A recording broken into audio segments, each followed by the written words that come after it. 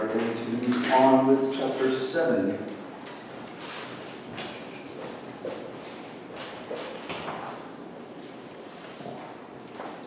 We're going to finish that up.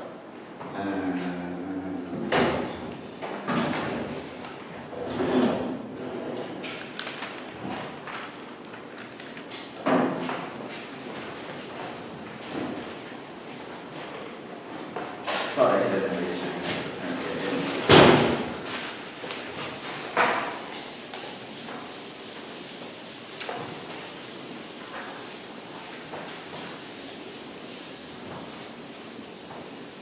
So hopefully it's not too late for me to announce this. I did send it in a, mention it in a mass email, and also on the class webpage where the solutions to the first test were. So based on how you think you did, I told you how to do the solution. So I hope if you didn't feel good about the test, you didn't really look at the solutions unless you actually reattempted it yourself and spoke to a tutor about that. And hopefully you still have your reattempt so that if you have to meet with me, we can look at that and see how your reattempt went. I'll give the test back at the end of the class and then I'll talk a little bit about it when I do that. But for now, let's actually just jump into chapter 7. Let's finish up the examples. The last example was actually if A is a set and the union is not empty for every set B, then A is not empty. Is that the? Yeah. Okay. And we did that, so the next one is let A be sets. Then the power set of the union is equal to the union of the power sets of each individual set. Right, so this is the power set, it's not probability or anything. Usually it's a fancier P. But that's it. And remember, the thing here is prove or disprove. So you don't know if this is true or false. So don't just assume it's true or false. You have to come up with what you think and then try to prove that assertion. So what do you think?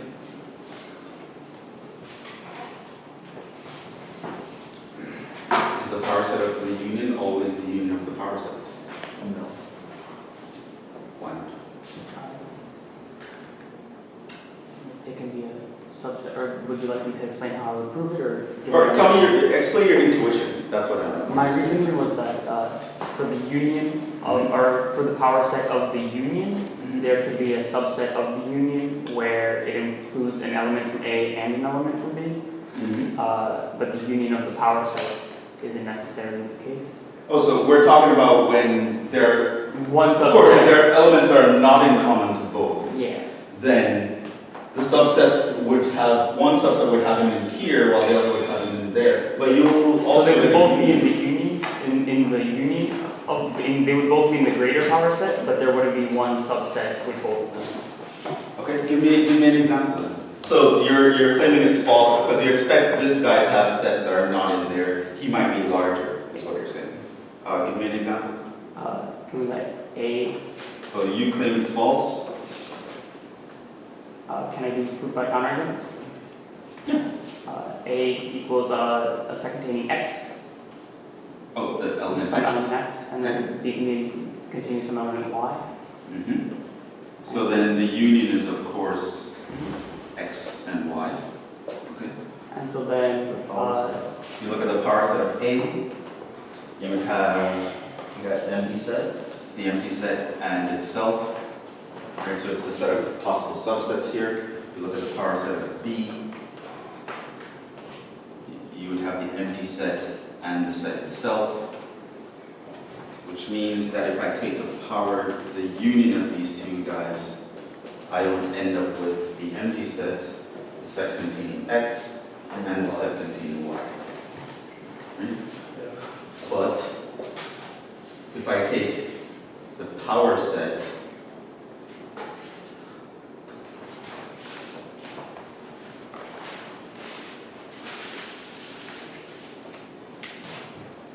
if I take the power set of the union, it's all probably already you should see an issue here. because we even know what the size of this would be 2 raised to the 2. So there should be 4 elements in here, but clearly there are only 3 elements in here, so that's already a problem. So you can even realize that so far. But let's actually write out all those possible elements. So the empty set is one of them. You can have the set containing X is another set, the set containing Y is another set, but you'll also have the entire set. So this means that P of A union B is not the same as P of A union P of B. Is there a relationship that you think they would have to share? One is a subset of the other. One is a subset of the other. The subset of the other. PA union PB is a subset of. Right, so it turns out that this guy here is a subset of that converse, not necessarily true.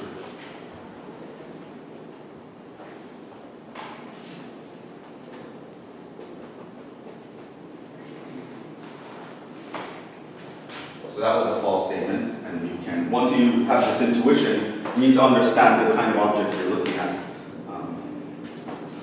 which is something that's very, very important. That reminds me of a mistake on the test. A lot of people thought that the supremum of S was a set. Not a set, it was a number. And so I had people writing things like, oh, what if S is an element of the supremum of S? That's like you saying 1 is an element of 2. It doesn't.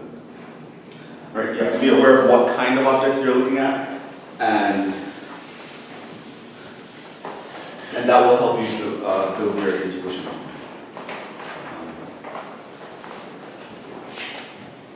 Did we prove that if A minus B equals B minus A, then A minus B is the empty set? No. That was one of the examples. If A minus B is equal to B minus A, then A minus B must be empty. True or false?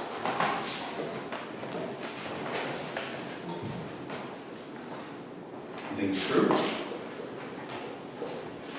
What's your proof?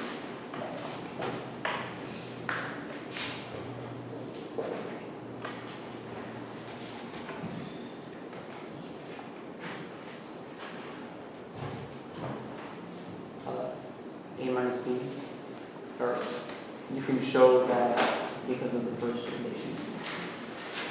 So, yeah, so how would you do it? Or you could show that B must equal A for that relationship to be true. And so Which relationship? the first relationship. This? B must be A for this to work? Yes. Why? Well, the first part is all the elements of A not in B, and the second one is all the elements in B not in A. Okay. So, so we're starting with a direct proof. Assume A minus B is equal to B minus A.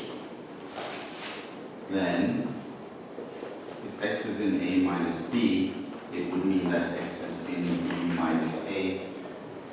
And if X is in B minus A, then X is in A minus B. But that means, what were you saying now? Oh, I was saying that you could show that would, or for that to be true, it would be necessary for A to equal B. If X is in A minus B, it means that X is in A, but X is not in B.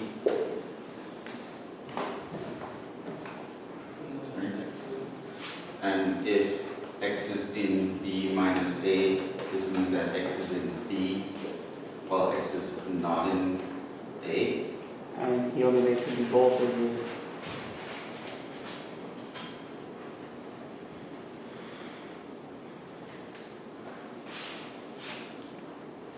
So we have, what are you going to say now?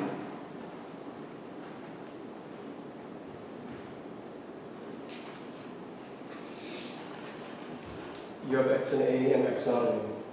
And then you also have X in B and X not in B. Okay, but what does that mean? It's got to be empty. that a contradiction in? Right, but this cannot, of course, happen. But the implications are true. This is one way to do it. You don't have to do it this way. Just kind of following your leads and then developing it are true. It must mean what would it mean? Right, so we know this is true, and this is true because we're by assumption pretty much. Okay? But these guys being true give you a contradiction. What does that tell you about the statements? A and B. So you know this is true, but the conclusions are absurd. The only way for that to work is if the antecedent was false. So that means x is an element of A minus B, and x is an element of B minus A must be always false.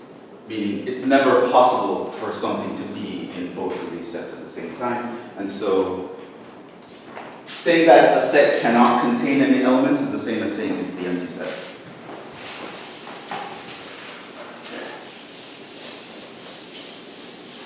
How would you have done it? Huh? How would you have gone about it?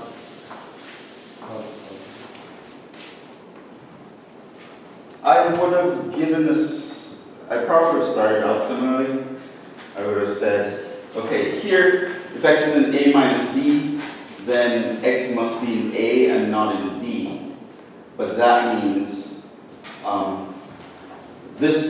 it can't be equal. So basically I would say there will be something in here that's not in there if I'm making this assumption, which means the equality would break, right? So I'll pretty much say, I'd probably do the contrapositive. Assume that's not empty. And then I'll get this cannot be equal. Right? So I would just say, assume A is not empty.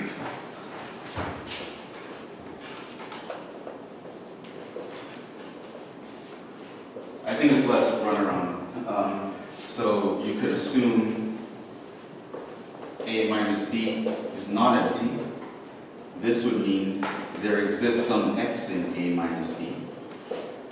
This would mean x is in A, but x is not in B.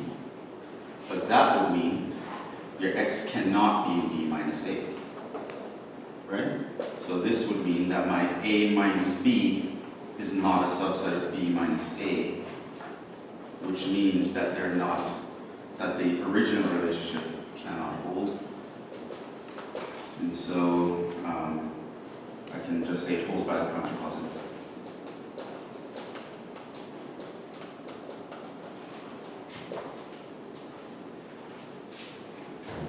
It's a less sophisticated argument, but that's probably how I would do it, because you don't want to get too complicated when it doesn't happen, right? You're trying to work in some sort of pseudo-proof by contradiction to make an argument here. It's much nicer to just actually show the calculations.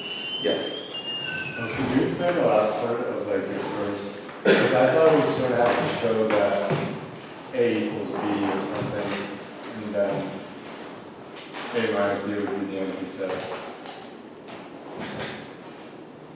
I'm just saying, I'm not sure I understand, like when it says we have, this cannot happen with the implication of true.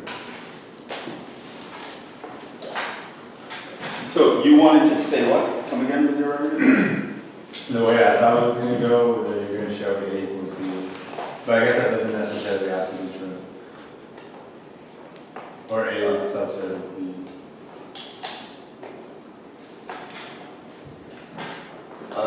If A was a subset of B,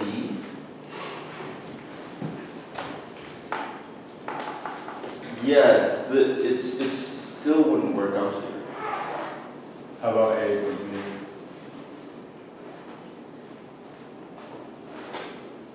Right, so if you say A equals B, you can do cases A equals B or A is not equal to B.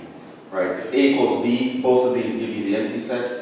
And so A minus A is the empty set, and then you'll do another case, what if it's not equal? And then you have to deal with the subset. Then you can say either A is not a subset of B or B is not a subset of A. Okay. And then you go through the cases that way. Okay. So yeah, more than one way to say it.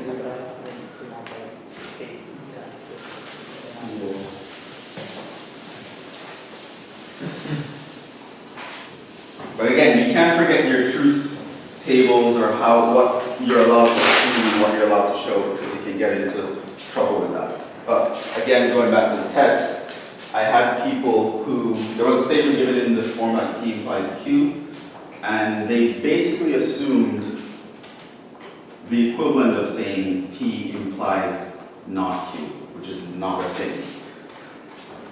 It's not a thing for you to assume that. You can assume P, show Q, you can assume not Q, show P, you can assume P and not Q, and show a contradiction. There are a bunch of things you can do, this isn't one of them. Right? So there were some times when I asked, for example, on the test there was some if and only if questions. Prove that this, if and only if that, and less than a handful of people, but more than 2 people I would say, actually said, they went about this by proving this. Right, like that was, they said, we will show this. And I'm like, what? How was showing that doing anything? But, see, you have to really be careful. I know the test didn't really cover chapters 1 and 2 in specifically, but it always happens in the background. You always have to be aware of when you're saying something logical versus illogical. There are other times when people were saying things that you have to be careful in this class, is the point. Don't just throw out an assertion out there if you're not sure it's true. Every time you write down a phrase or a sentence, you need to know, why am I able to write this down? You don't just throw out phrases out there for no reason. So I had people doing things like, okay, there was a problem where if this was between 0 and 1, then you have to show some other inequality. And then I had some people randomly assume things like, oh, what if this is rational? Which it didn't have to be rational, but okay. I reluctantly followed them and I'm like, okay, where are you going with this? And then they sort of said, oh, then that means that B must be bigger than A, right? Because if I have a fraction that's positive and it's less than 1, the denominator must be bigger than the numerator. That is not true, right? Give me a counterexample. 1/4 over 1. Huh? 1/4 over 1. Oh, B is bigger than Is it like when they're both negative? When they're both negative. -1 over -2 is a positive number that is less than 1.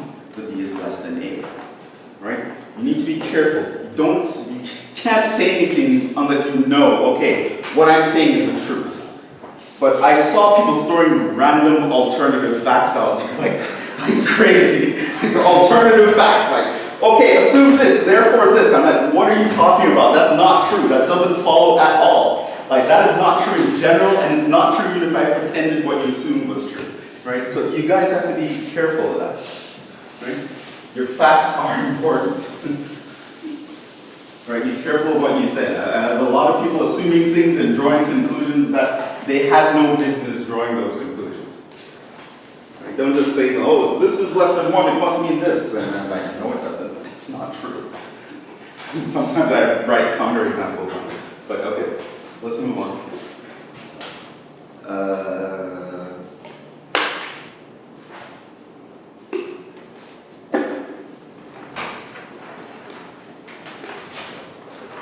Example. So A, B, C are integers. Then at least one of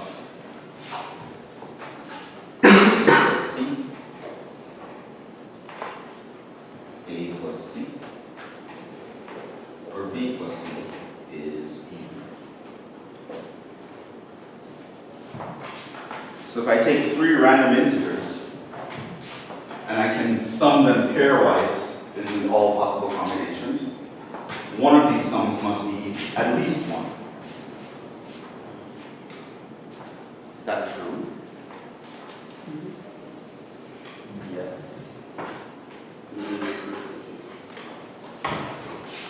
Okay, so we're going to think it's true. How will you show it?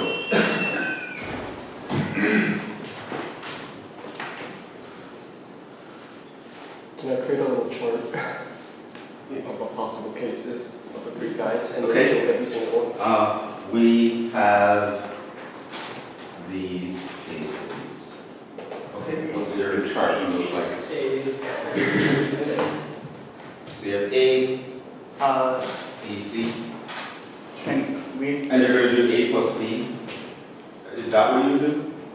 Yeah, something like that. It's like overkill, but Well, I mean, if you're on a test and you still don't see anything else to do, I guess that would be your last resort. I mean, there are nicer ways to do it, but you could actually do that. So you could say, what if all of them are even? yeah. Right, so let's say this is 2K, 2L, 2N. What if these two are even, but that one is odd? Yeah, we can do Or if this one is even, and Two are odd. these two are odd? And what if they're all odd?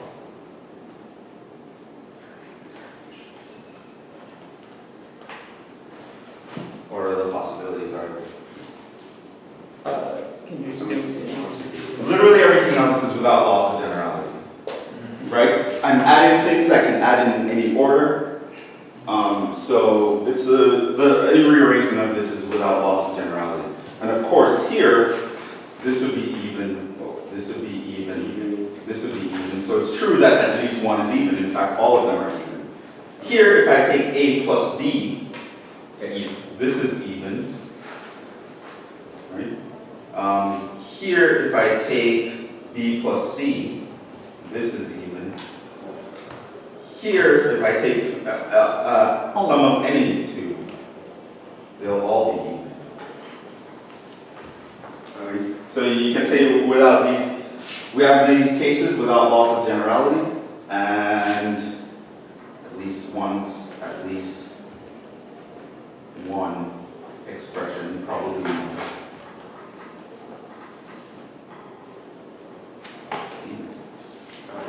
So a more, yeah. Yeah, could we just say that for every single case there's going to be at least two evens or at least two odds, and those will sum up to an even number? Yeah, so without doing the cases, I would say something like that. I would say, okay, just do the cases by the number of which are even. So I can say either none of them are even, or one of them is even, or two of them is even, or three of them is even, or there's at least two even, or at least two odds. There are various ways you can just say that sentence. And then you can immediately conclude from that, well, if I just sum up two guys with the same parity, and I'll always have at least two guys of the same parity because of the pigeonhole principle. So if you want to get really sophisticated, you can say, apply the pigeonhole principle, right? There are really only two holes I can put these integers in. I either put them in the even hole or the odd hole. But if I place two of them, then the third one must go into a hole that was already used. I'll have at least two that are of the same parity, and so when summing them out, even. So you can even do something like the pigeonhole principle. But yeah, brute force cases, perfectly fine. And if you're in a test and you can't really see a nicer way to do it, I would just brute force it. Again, be careful how you use cases. I have seen people use cases incorrectly. Like they'll call things cases that are not cases, or they'll use cases to try to prove an implication when they actually were proving the converse of the implication. So be careful when using cases, but it is definitely a valid thing. Let's look at this one.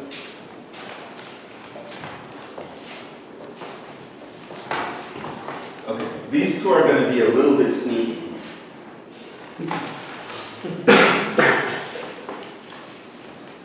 Because they're right up there with the things that you just have to see it or you don't see it. But with practice, you can sort of see. There exists x and y that are positive integers such that x squared minus y squared is a negative 1. Example.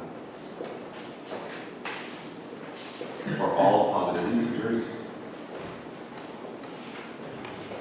n squared minus n plus 11 is prime.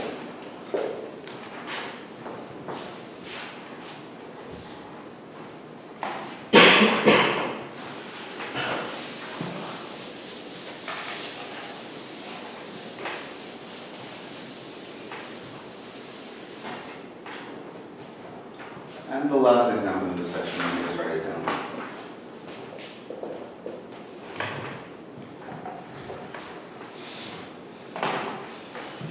These are sets. If A is a subset of C, and B is a subset of D,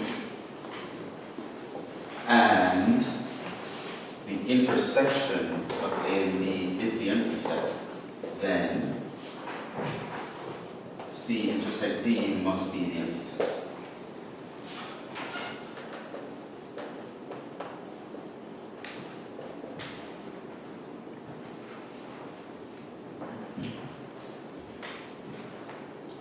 Is this possible?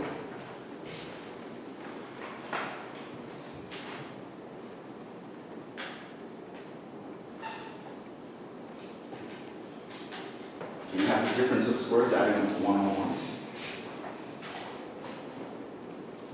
1. Maybe minus. Difference of squares.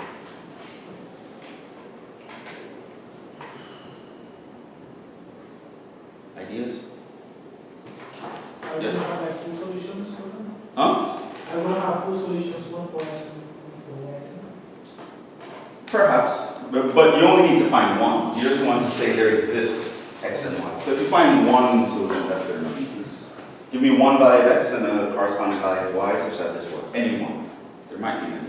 Maybe you can factor x squared and y squared to x plus y times x minus Okay, let's see if this works. Consider, if I look at x minus y times x plus y, to get 1 on 1. y. Then factor the 1 to 1 to all possible divisors, I guess, which is only 1 to 1 1, right? Is 1 on 1 prime? Not sure.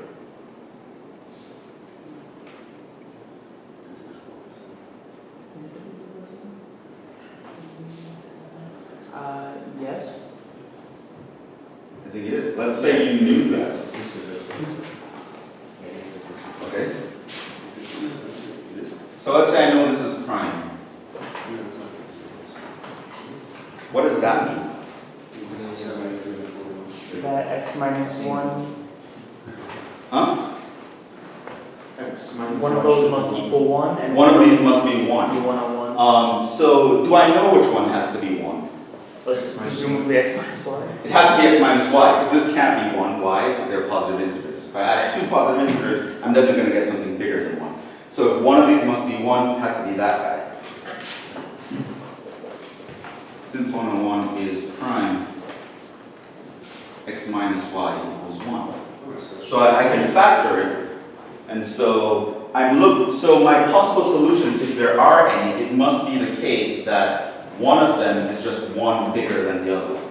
So you just want to know. So now let's try to find something, right? So you can do like 2 and 1, and then here you won't get bigger. Obviously, you'll realize that to get up to 100, these guys have to be close to 50-ish, right? So, but you can try all pairs here and work your way up to it. But you can sort of guess a starting point and then adjust whether you want to get higher or lower to see if you can actually find 2 guys that make this work. So maybe if you do 50 and 49, 50 plus 49 adds up to, what, 99? 99. So what about 51 and 50?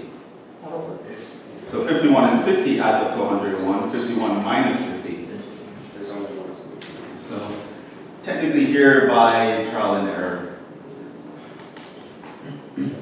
But it's an educated guessing kind of trial and error, right? You know these guys have to be close to 50-ish for it to add up to something close to 100-ish.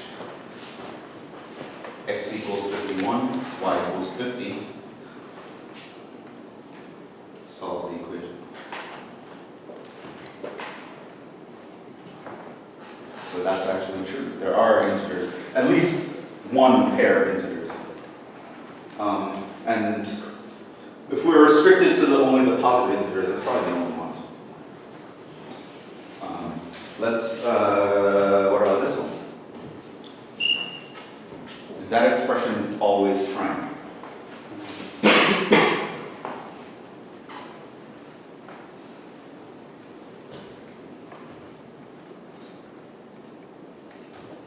It's no, right? It's what? I think I did this and then after a while it didn't get me. What about like And it's 11. n is 11? I think there's no time. Then you have 11 squared minus 11 plus 11. This equals 11 squared, not prime. So we're stating this false.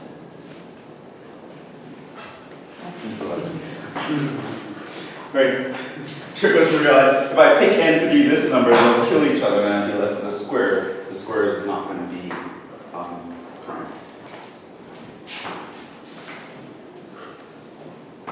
Alright, so those kind of are a little bit of trial and error, which you'll have to do at some point in your mathematical career. At some point you're going to get to something, okay, I know this much, I can't say anything more, let's just plug in some things that I think can work and try to find a solution. And sometimes you can get to things that way. What about this? True or false?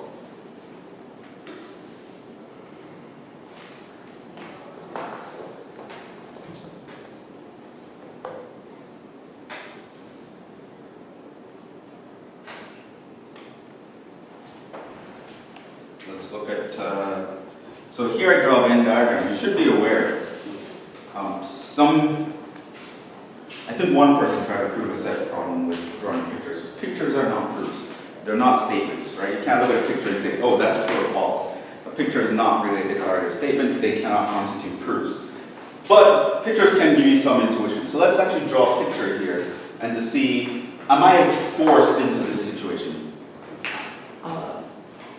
For a statement like this, would we kind of treat it like an all statement, like a universe, Like this? yeah, like just by Yeah, I'm saying for one- any sets. For any sets, this must be true. Yeah. So like one counterexample would be good.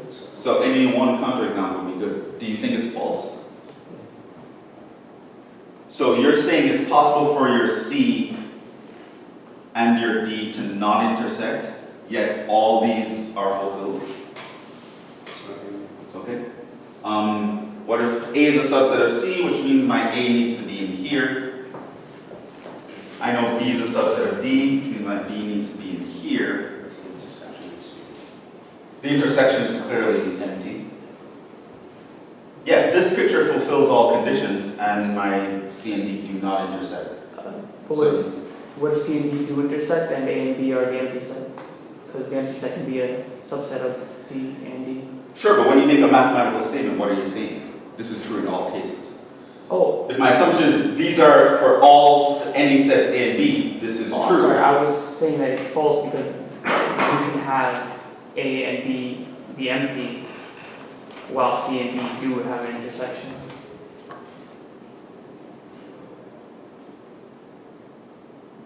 Yeah, but that would prove the statement true though. That would make the statement true. If you want to prove it false. If your A and B are empty, then this is true and that is true. The empty set is a subset of every set, and their intersection would be empty. But then C and D would have an intersection. Like if C and D did intersect? Yeah, that would make the statement true, because then you'll have this be true, implies that is true. You'll have a true implication. But then C and D wouldn't be empty. Oh, it says that. Oh, so you're saying you want to form three sets where this works, but you can create that? Yeah. Okay, that's another way to look at it, yeah. Drawing this picture, you can get it as well. Just do some examples like, I don't know, put 1 and 2, and that should work, right? or you're saying here, so yeah, just say A equals C equals the set 1, B equals D equals the set 2. A is a subset of D, B is a subset of G. The intersections of A and B are empty, but and the intersection of B is non-empty. Or you can do, yeah, as you said, if we choose A equals B equals the empty set, and choose C equals D equals 1, then that would also work. So the first part here will be fulfilled by this condition, but the second part will not be fulfilled because their intersection is not empty. It's false. So it's false. These are counterexamples. We're giving 2. So you can give this as a counterexample.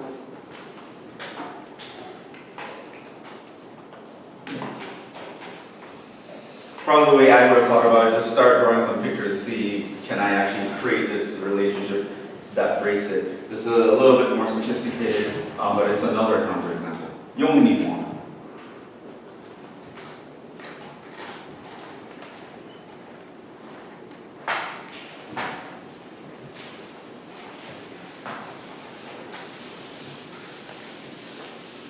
So that was the section prove or disprove. It's a very interesting section to do.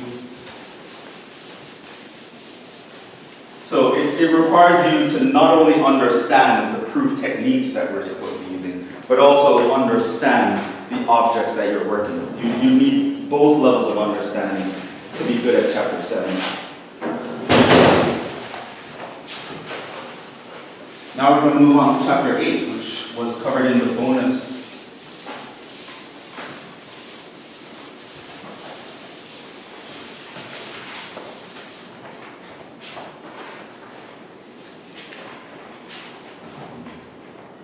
I will assume there are no questions. Let's move on to chapter 8, where the main topic of discussion is equivalence relations. We're going to, of course, start by discussing what are relations in general. Then we move on to equivalence relations and some sets and objects that we can create with them. Then we'll move on to functions, which is going to be also a subset of relations.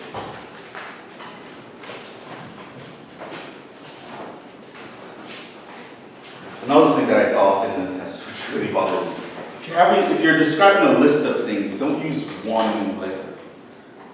Right, so there was that question that I asked you to prove that A is less than B, show that there's an infinite number of rational numbers in between them, and some people started out, which was okay. They said, okay, assume the list is only finite, so there's a finite list of rationals between them, and they wrote that as this. In other words, they call R the list.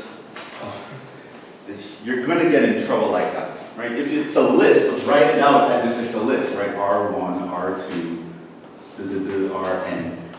Right, that gives you a lot more leeway. It's just, notationally, it's very sloppy, and it doesn't help you to go anywhere. Where do you go from that? Right, I saw a lot of people do that. Like, they're like, okay, pretend there's this finite list, call it R. Like, how are you calling it R? Give me a list of things. It's a list. You said it's a list. Write out the list. Let's move on. Try not to talk about pet peeves until later. Let's start out with relation. So basically now we're going to start to get into the mathematics of trying to make relationships abstract. So we have two sets of things, and we want to create relationships between these two sets of things. Could be numbers, could be something else. Usually for us it'll be numbers, but it doesn't have to be. We want to really make that abstract. A function, which we know from elementary calculus, is a form of a relationship. It's a special kind of relationship. Right? We'll actually talk about that in chapter 9. But we want to be more general, even so our definition should include things that even are not functions, like circles or other relationships. And so we're going to build up some machinery that allows us to talk about things being related to each other.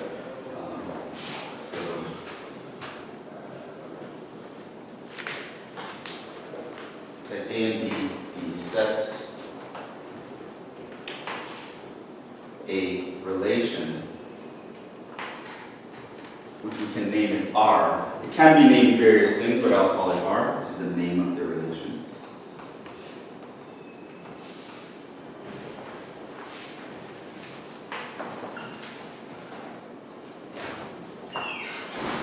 from A to B. So I'm connecting A and B via some relationship that I can quantify. Is, what's the definition?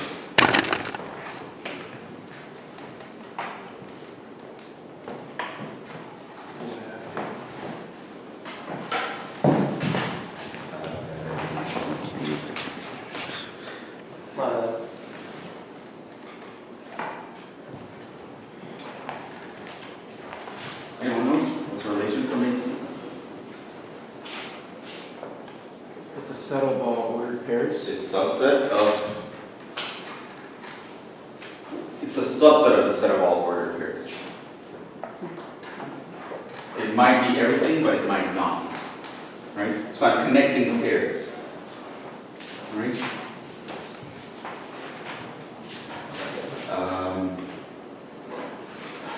If A equals B, we call R a relation on A,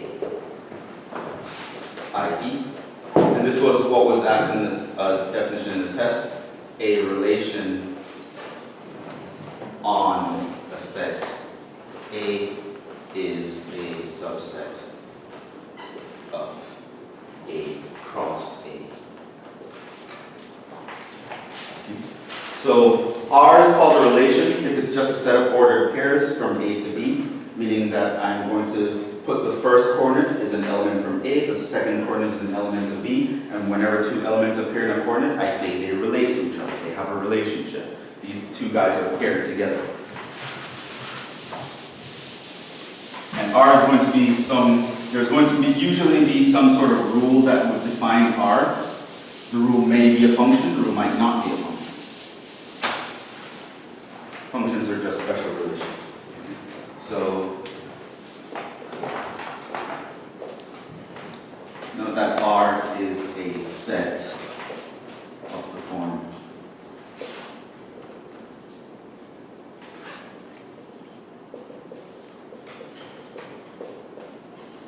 such that A is in A, B is in B.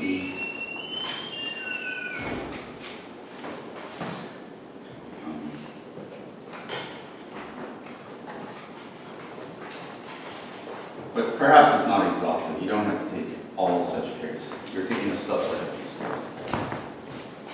So, and if A, B is in R, we say A relates to B. And we write A, R.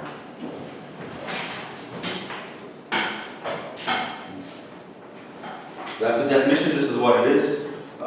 We'll do some examples later, but this is what a relation is. It's just a set of ordered pairs.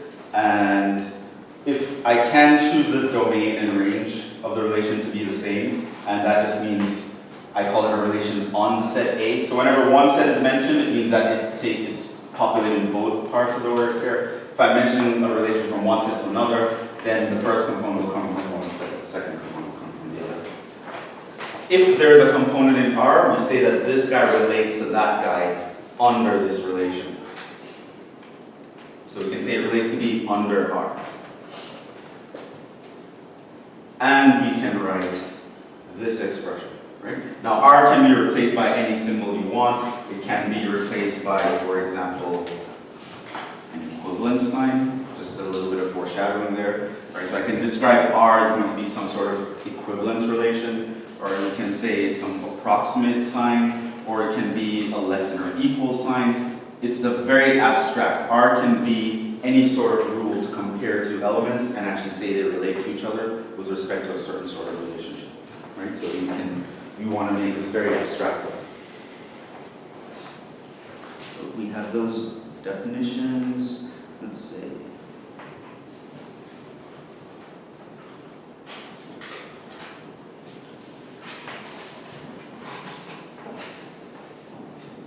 Here is. So let's actually do some examples.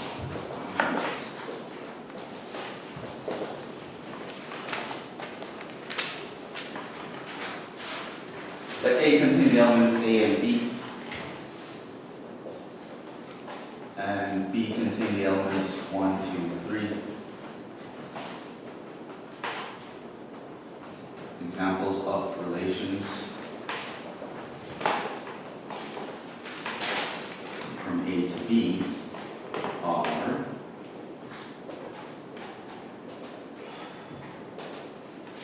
give me some examples. A to 1. Huh? A to 1. What do you mean A and 1? You said A to B, right? Yeah. Never mind. So what does R could look like? Give me a possibility. A comma 1. So it's a set. First one will work. Okay, it's a set. Okay. A comma 1. That could be it. Like, that might be all you care about. I just want to relate A to 1 and I can be done. And it's any subset. I could have an empty relation. It could be like, these guys have no relationship. They are not friendly at all. They do not connect to each other. And you can make that. I can also say, okay, my A would relate to 1. My A also relates to 2. My B relates to 3. And that's another relation. I can do something like A relates to 1, B relates to also 1. That's another sort of relationship, etc. There are many, right? In fact, I think in your homework you can count the number of relations from one to the other. For example, which one of these are functions? Are any of these relations functions? Does anyone? I just want to see if anyone remembers what a function is. Was no. Well, yeah. Was. This is a function, Yeah. right? Because a function is just a relation that has special properties. Everyone in the domain set must appear in exactly one coordinate in the first part. And so the fact that A appeared twice here is a problem, right? So that makes it not a function. Yeah. Oh, never mind. Because you said A to B, I was going to ask, how do you know which is which? Like, which is your x, y in terms of. Oh, it'll all standard be function? given to you. It'll be given in the context. You'll know that in the beginning. Oh, well, when it's A to B, are you just assuming that the A Yeah. is. When I say A to B, that's the first coordinate. That's where your first coordinates live, and your second coordinates live. Yep. That's the language.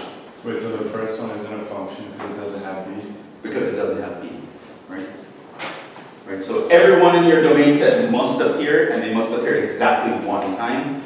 Such a relation is called a function. We'll talk more about that in chapter 9. But obviously, we can have many other relations. It's a very general definition. It's just any subset of A cross B.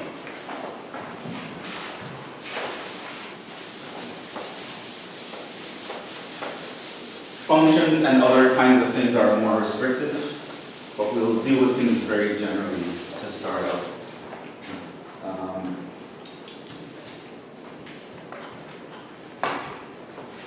Some more definitions here, just for you to find for you. If R is a relation from A to B, we call A the domain of R. I might shorten it by that. We call B the co-domain of R. Don't worry about an abbreviation for that because we really want to talk about the codomain. We call the set of all B in B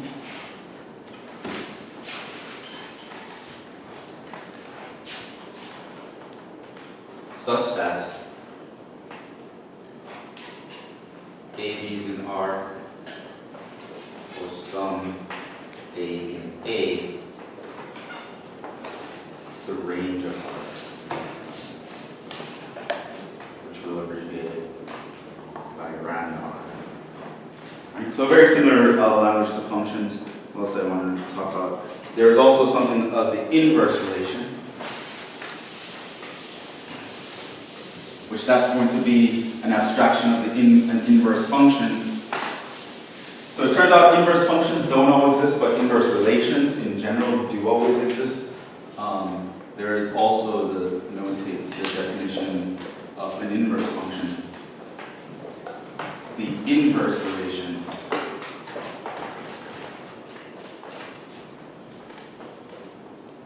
of R, it's denoted, R inverse is defined as,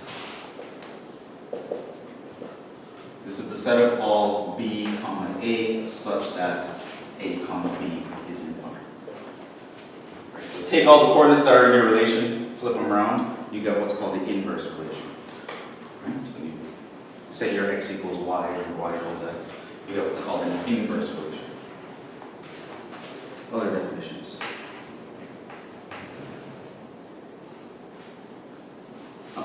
I do deal with that question pretty soon.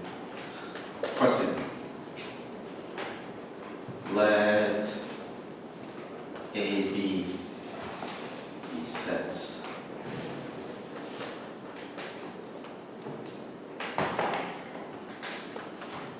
How many possible relations are there?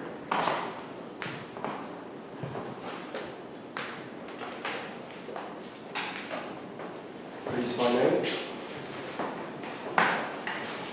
So I have two sets, they can have any number of elements in them. If they're not empty, then sure, there's going to be, that one is kind of, if they're empty, that's kind of easy. But let's actually do this in general. What would you say?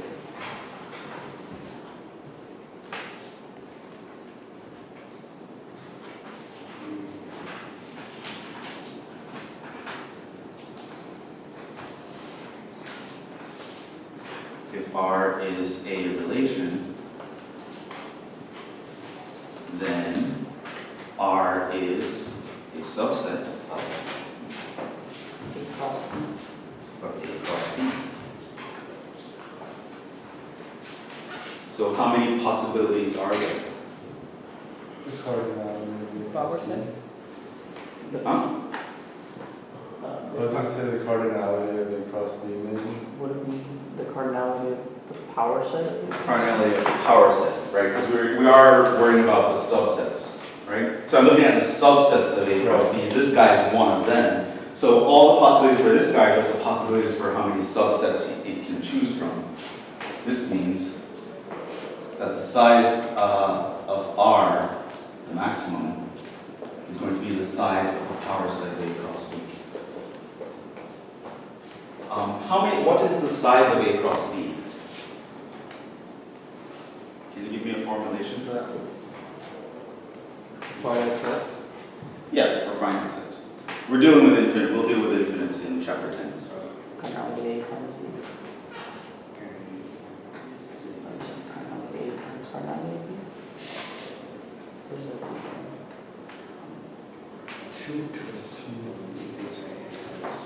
You think it's cardinality of A times the cardinality of B? You said that. Oh, the power set of The cardinality of the power set of A times the cardinality of the power set of B.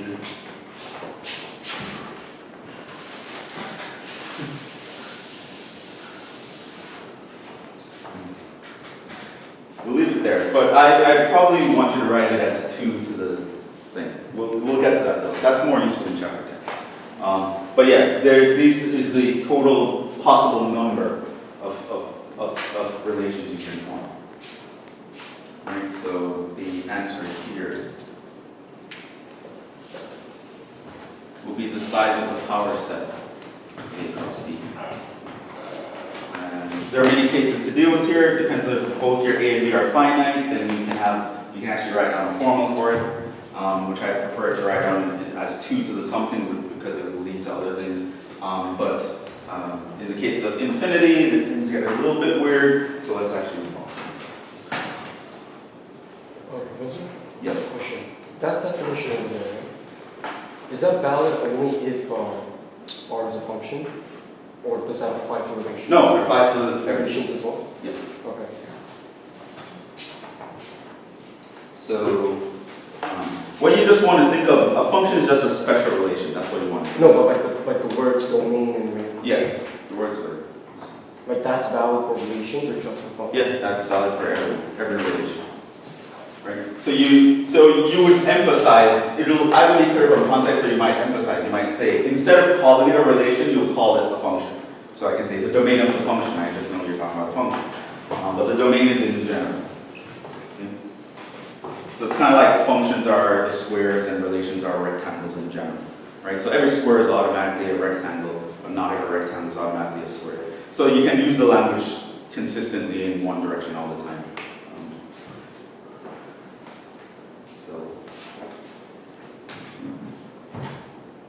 Now let's talk about some properties of relations. These are the guys we're going to use to talk about something that's called an equivalence relation. Then we're going to kind of get a little less abstract. I'm going to give you some examples, some concrete examples where you can say, oh, that's why we might even care about this kind of abstraction. Properties of relations.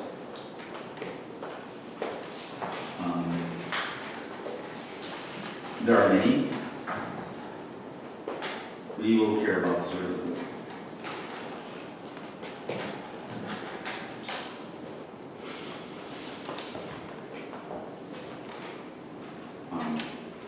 The ones we will care about are so-called reflexivity, symmetry, and transitivity. So these are the relations we care about. There are many other properties, but these are the ones that we'll need to do what we're going to do in chapter 8.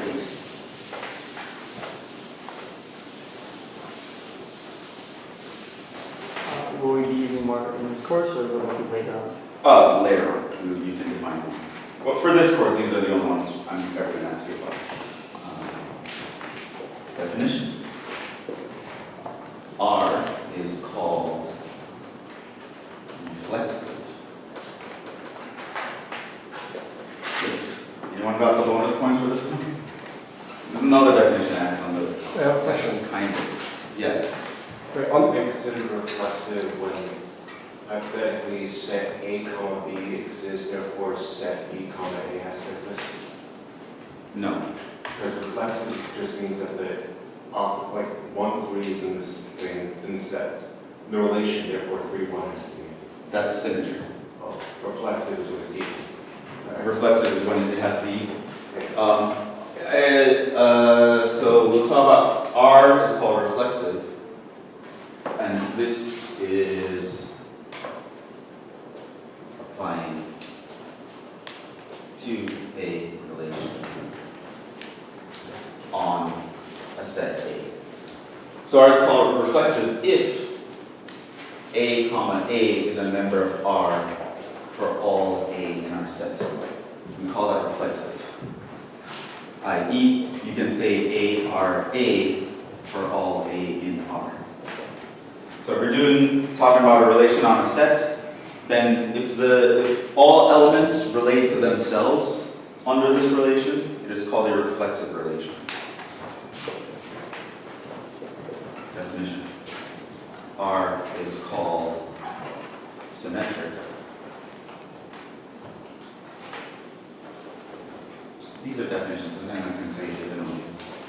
If AB in R implies that BA is in R, i.e., I can write ARB implies BRA.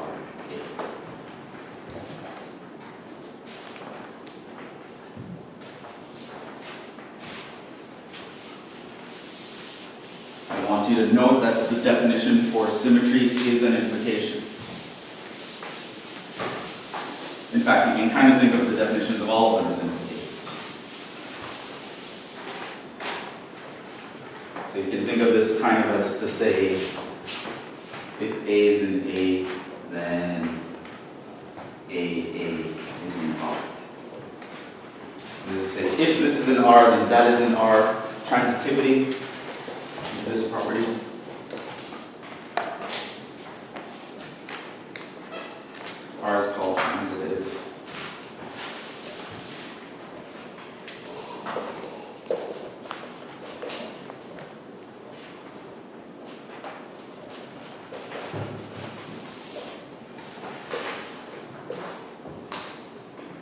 A, B in R and B, C in R implies A, C is in R.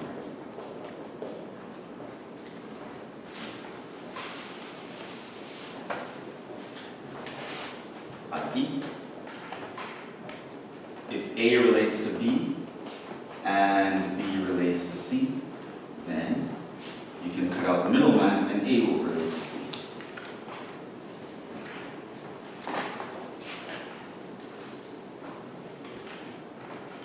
Sorry. Yes. Just making sure, because I didn't even notice until just now, for the reflexive definition, was it also if, if and only if? Well, me saying if and only if in this context is just me defining the Sorry. Yeah. So reflexive means this, and symmetric means this, and transitive means this. These implications. Yeah. So you're giving two equivalent definitions for each, right? So can I use like, You can use either one. I don't really care what notation. As well as the R might vary. The notation for R might vary depending on the context. So, but I just want you to get this idea. We'll do some examples. Some interesting examples.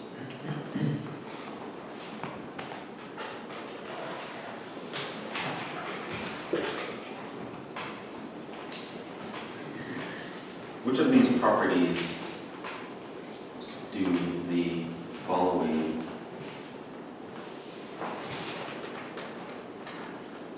relationships or relations have? Okay. So here's one example.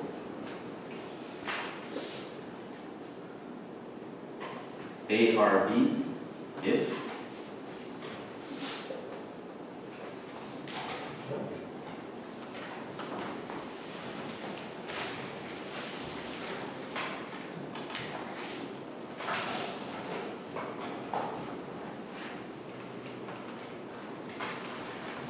A and B have the same birthday. So this could be a relation on a group of people in a certain class or a certain organization or in the world. And I said, okay, I'm going to define a relationship between people on this basis. I will relate one person to another person if they have the same birthday. Which of these three properties does that relationship hold? Yeah? Reflexive and symmetric. It's reflexive, right? Because you share the birthday with yourself, obviously. Symmetric, right? Because if I have the same birthday with you, you by definition will have the same birthday as me. What about transitive? Yes. No. It's transitive. Right? So if you and me have the same birthday, and then you and him have the same birthday, then automatically me and him will have the same birthday. Let's see another definition, or another example. So A is an equivalence relation. Yeah, which we're going to get there. Things that have all three properties, we're going to call them equivalence relations, and I'm going to kind of talk about why. Here's another example. A, R, B, if and only if A and B are Facebook friends.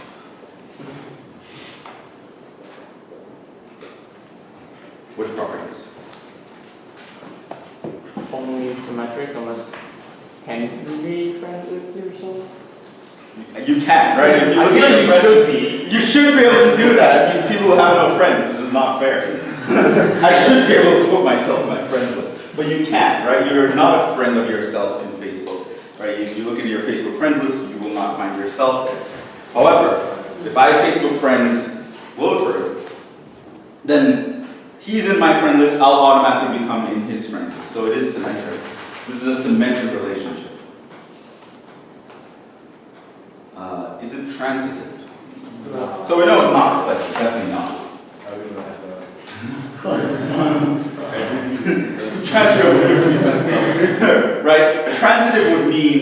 I become Facebook friends with him and he becomes Facebook friends with someone else, then I'm automatically Facebook friends with that person. But that's not true. And thank God that's not true. So it's actually not transitive. Right? So being Facebook friends is a symmetric relationship. It is not reflexive and it's not a transitive relationship. And there are many other things you can talk about. You can talk about being blood relatives. You can examine that, and being all sorts of things. Let's take things a little more mathematical. So try to tell me for each of these, just looking at them.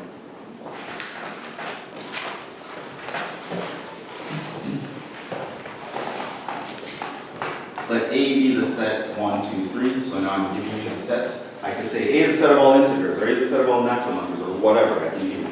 And now I want you to examine all of these guys. The empty relation. I'll create another relation that does this.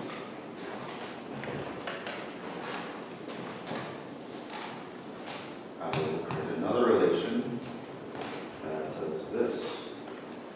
1, 2, 2, 2, 2, 3, 2, 3.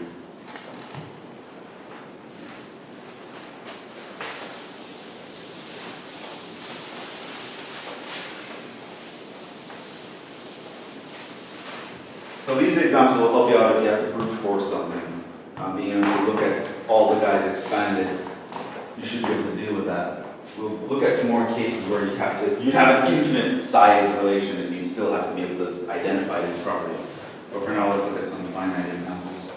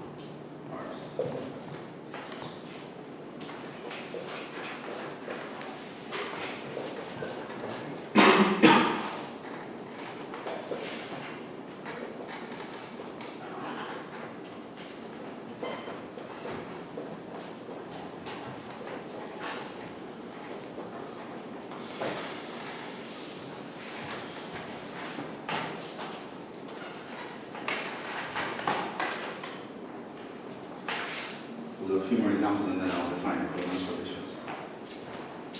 Okay, which properties do these guys have? All of them? Has all. It's reflexive, symmetric, and transitive. Why? Has nothing in it.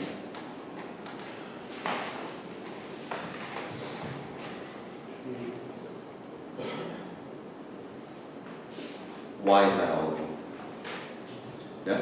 Because I don't recall what I saw, but I might be getting around to one. That memory shit. The set, the empty set is hypothetically empty set, empty set, if we write it out.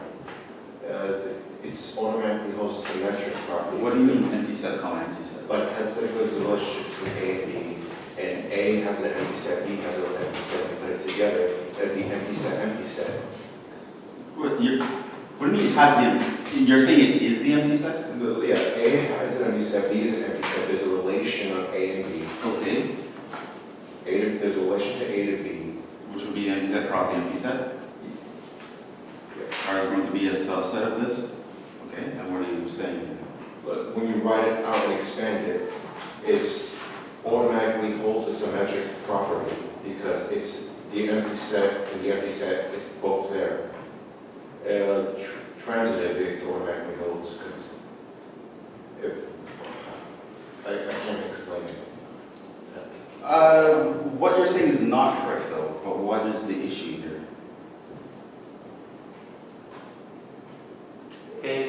Like A and B or C, how many sets we have, they don't have to be empty to create an empty relationship. You're redefining A, because A was given to the one. One, I'm redefining it, but still, there was something off.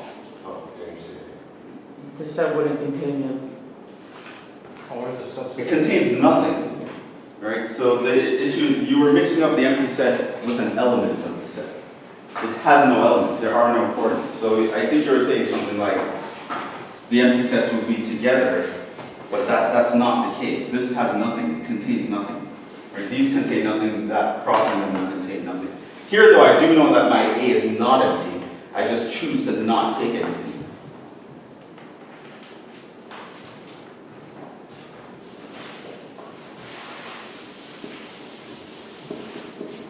Right? So what does the definition say? What does it mean to be reflexive? That the empty set, or that, yeah. It contains a set. It's not what it means.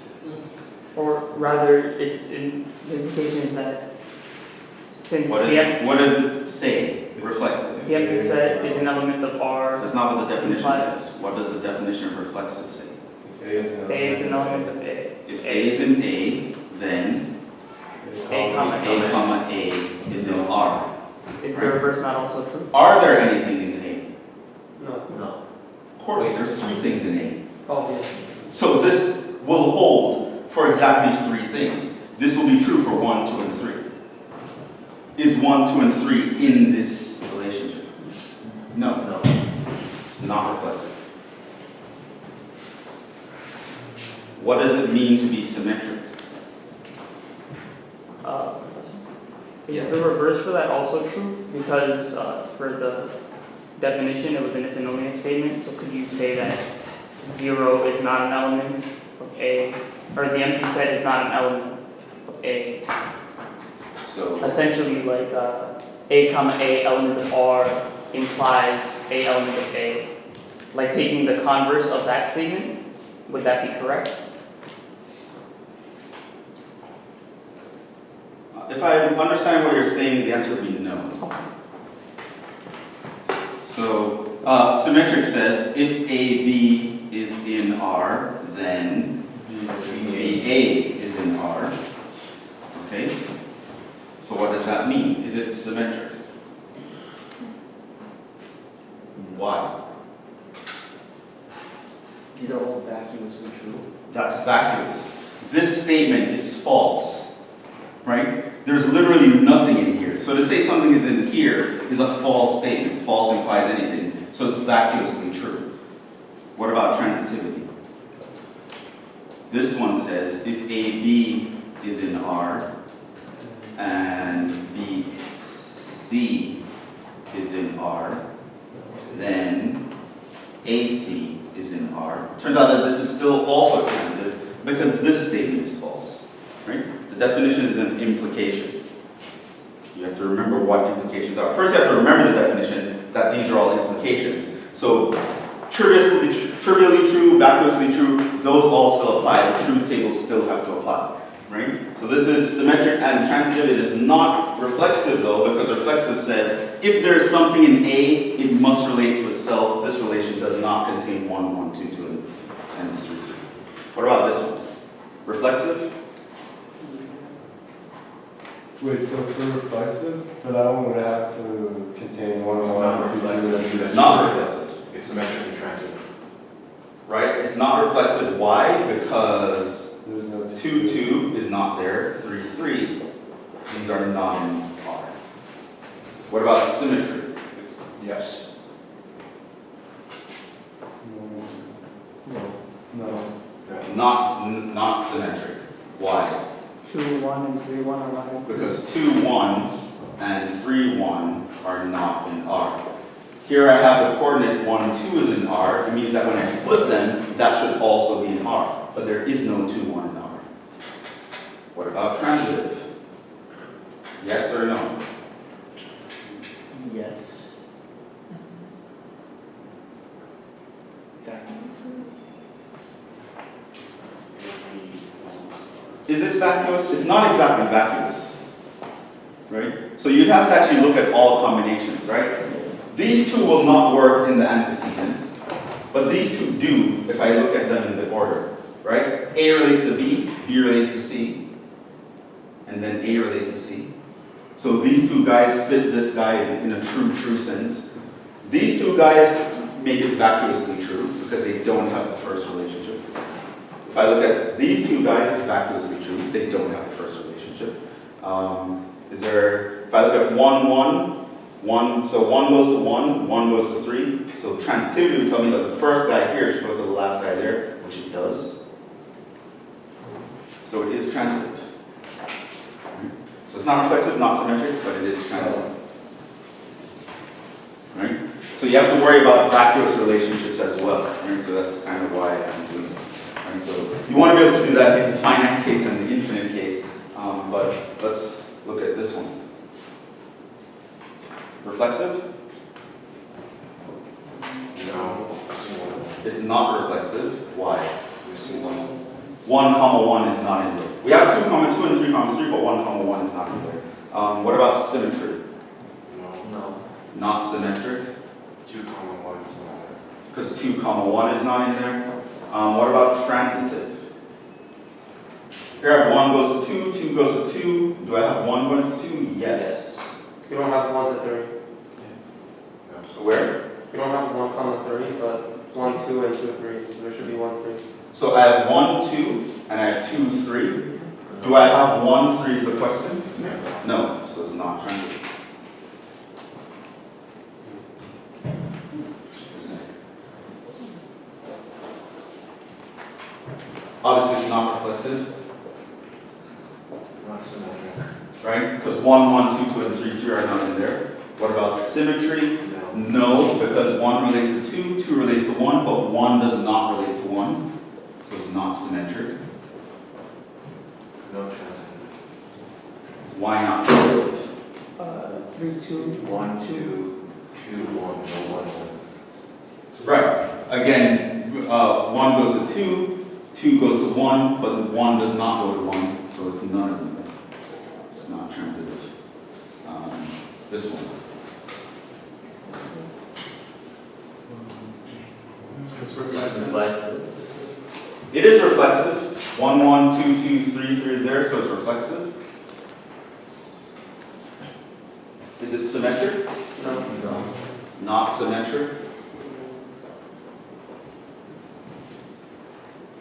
Is it transitive? No. Because what? What's missing? It's missing. No, it's not, because you have 1, 2, 2, 3. There's no 1, 3. I have 1, 2, and 2, 3. So there should be a 1, 3. There's no 1, 3. This guy, not reflexive. This guy, is it symmetric? Not symmetric because 2, 1 is not there. It is transitive. It is transitive. This guy, not reflexive, not symmetric. What about transitive? Yes. It is transitive, vacuously. Right?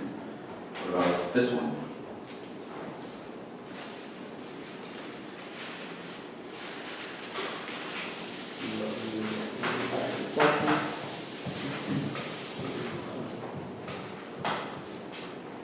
Reflexive. It has 1, 1, 2, 2, 3, 3, so it is reflexive. It's also symmetric. Is it symmetric? 1, 1, flip it, you get 1, 1. 1, 3, flip it, you get 3, 1. 2, 2, flip it, you get 2, 2. 3, 1, flip it, you get 1, 3. 3, 3, flip it, you get 3, 3. So it is symmetric. What about transitive? No. Because you put 1, 1, 2, 2, you don't have 1, 2. Yeah, That doesn't fine. matter. Yeah, I think That would be backwards. yeah, 1, 1, 1, 3, you have 3, 1. Because of I'd say yes. It's transitive, yeah. It's transitive. It's all. Let's get a little bit more abstract.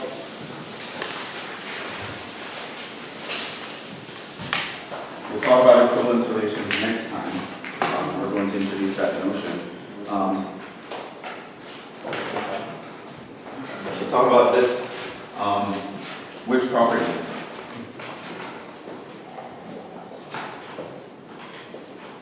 Are on, let's say, real numbers, whereas R is defined to be the relationship less than or equal to, or R is defined to be the relationship strictly less than, or R is defined to be the relationship is a subset of.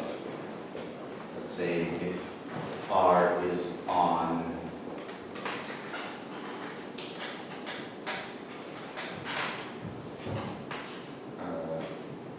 S, where S are some subsets of real numbers. What about R being equals? Which properties?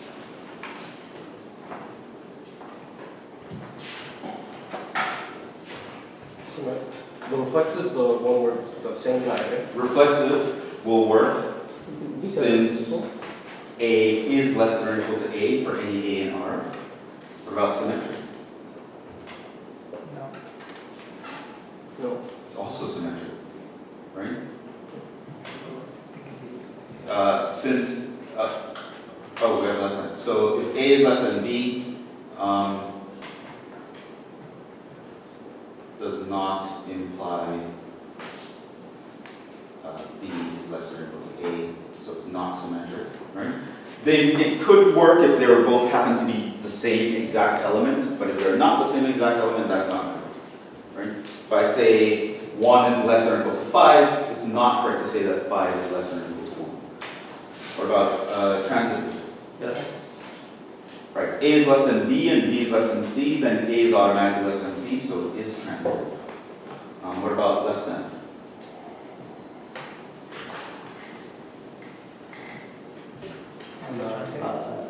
It's transitive, but it's not No any of longer the others, reflexive. right? Because you can't have something less than itself, by definition. What if I have two subsets, being a subset of? Is something a subset of itself? Yes. Yeah. If a set is a subset of one set, like if big A is a subset of big B, is big B automatically a subset of big A? No, so it's not symmetric. Because that is only true when they're equal. What about transitive? A is a subset of B and B is a subset of C. Is A a subset of C? Yes. So it is transitive and it is reflexive. What about the equal sign? reflexive. So if reflexive, A is equal to A. What about the other? Symmetric? If A is equal to B, then B is equal to A, so it is symmetric. What about transitive? If A equals B and B equals C, then does A equal C? Yes. It is transitive. And this is kind of where we're going to segue into equivalence relations. So if we start to look at all these relationships that we operate on between in number systems and sets, you realize that the equal sign is kind of the guy that has all the three elements that we say we are going to care about. And so our goal is going to be to generalize what it means for one thing to be equal or equivalent to another thing, right? And basically we're going to be able to check, well, you give me a relationship to examine, I can tell you that relationship behaves like an equal sign if it has these three conditions, right? Because the equal sign among all the other set operations and inequalities, it's the only guy that has all three, right? So this is where we're going to start to get a little bit more abstract and talk about what does it mean to be equal, right? What does it mean to be equivalent, right? So even when we're talking about modular arithmetic, we're going to bring that back. What does it mean to say A is equivalent to B? Why is that? Why does that work? Yeah. Would equal just be a super specific equivalence relation? The equal is a super specific equivalence relation. Oh. Right. So we'll stop there. I'll give back the test.